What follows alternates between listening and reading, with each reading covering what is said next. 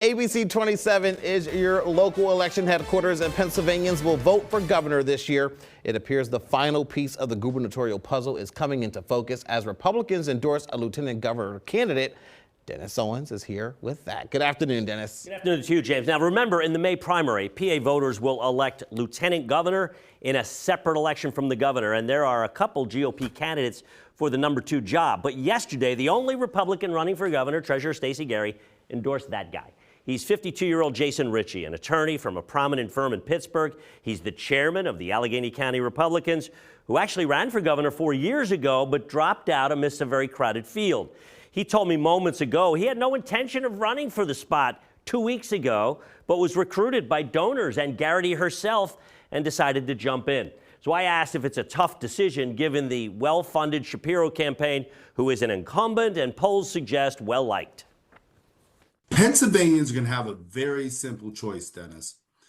Do you want to hire someone for the next 4 years that every day he wakes up, the first thing he's going to think about is, how do I become president of the United States? How can I get that vote in New Hampshire? How can I get that vote in Iowa?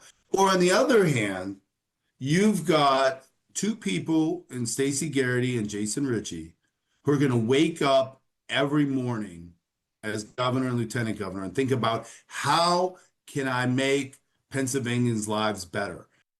Well, there's the pitch, and before it's the Richey and Garrity ticket, he has to win the May primary. Again, there are a couple other opponents. One of the announced candidates, State Senator Chris Dush, told me this morning he's evaluating with his team this weekend to decide whether or not to drop out. And James, the statewide Republican meeting is next weekend, and we expect they will endorse Garrity and Richey, which gives them both a boost. And again, Garrity is running also, but there's no announced candidate against her on the Republican side for governor. All right, I know I'm getting a little ahead of myself, but if he were to win this lieutenant governor primary, Correct. They would be running And by the mates. way, it's like putting your finger on the scale. When you have that endorsement, Austin Davis had it from Josh Shapiro 4 years ago.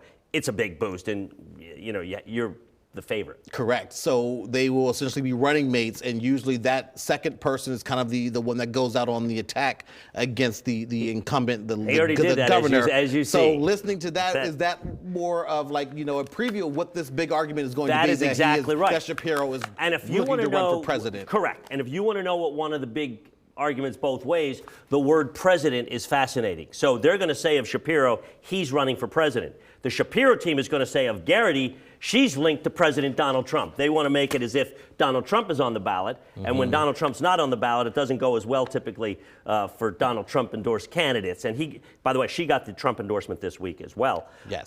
So she got the endorsement of Trump and then endorsed Richey for lieutenant governor. But president is big as each team tries to strategize that. All right, it is January of 2026. We have a long way to go. We do. And, 10 months, 9 months is an eternity. Yes. But again, on the governor's side anyway, the primary now just seems like a pro forma thing. That the November thing is likely set, although I don't want to disrespect any of the other candidates for lieutenant governor on the Republican side because we still have to have the election. Absolutely. Yeah. Well said. Dennis, all right. Thank you very much. Have a great weekend. Thank you. We'll see you on Sunday. Hi, I'm Eric Finkenbinder from ABC 27, and we're excited to announce the new ABC 27 News Plus app. Live stream newscasts or watch content on demand. This is different than the ABC 27 app on your smartphone.